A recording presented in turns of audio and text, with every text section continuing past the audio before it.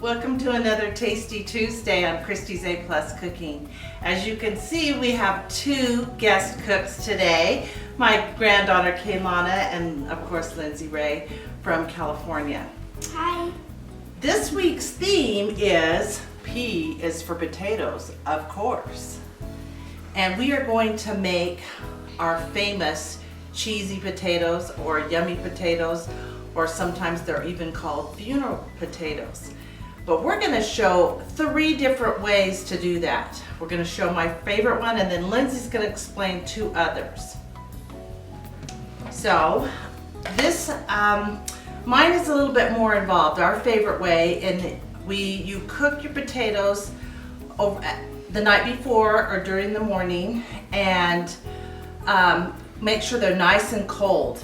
And you can grate them, but Ken and I have decided that we really love the chunks.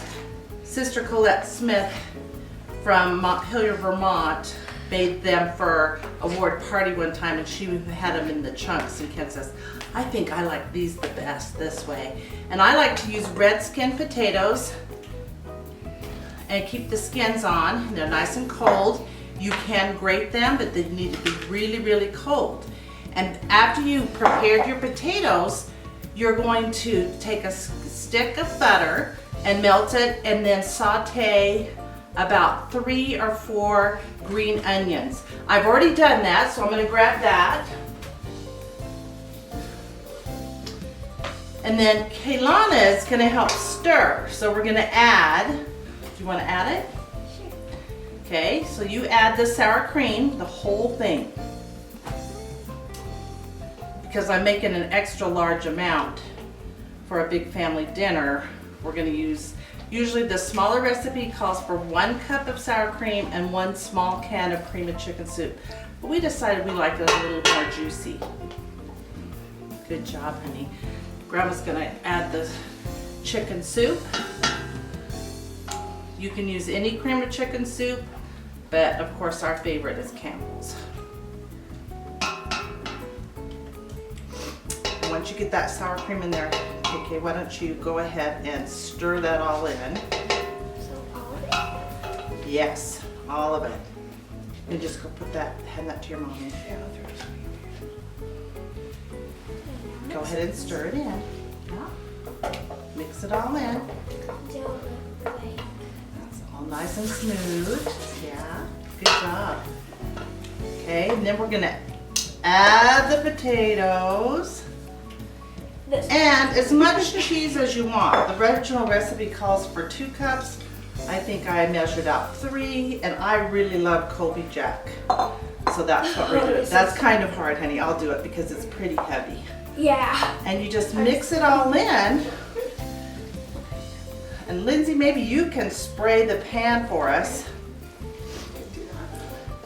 And we just use non-sticking spray for everything. And you have to show off my pan. It says Christy's Creations. Ken got that for me for 1 year for Christmas, and I love it. It's a ceramic pan, and so it takes a little bit longer to cook in, and I also turn it up to 375. The original recipe calls for 350. So I think that's all nice and mixed in, and we are just going to put it inside the pan. And while I'm doing that, Lindsey, why don't you share a couple of our favorite ways to make this a little bit quicker is we use the Idaho Spuds hash browns that are dehydrated. We usually use a 1-to-1 ratio, so for a recipe like in a 13 by 9 Pyrex pan, we usually use 6 cups of the dehydrated potatoes to 6 cups of water. And you let it sit for about 30 minutes and then drain it. And then you just do the same sauce mix, and it makes a really fast and easy side dish. We usually eat it for New Year's Eve with ham or Easter as well. We also use frozen hash browns. We happen to have the Ore-Ida shredded hash browns. These make it really easy and quick as well. or for large quantities. Yeah.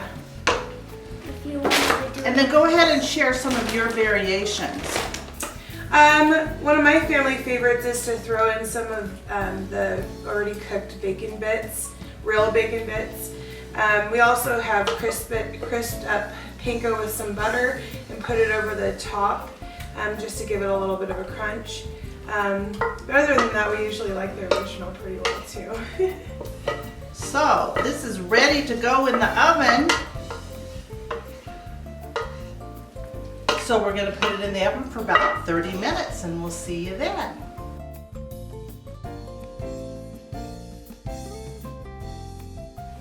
They're ready.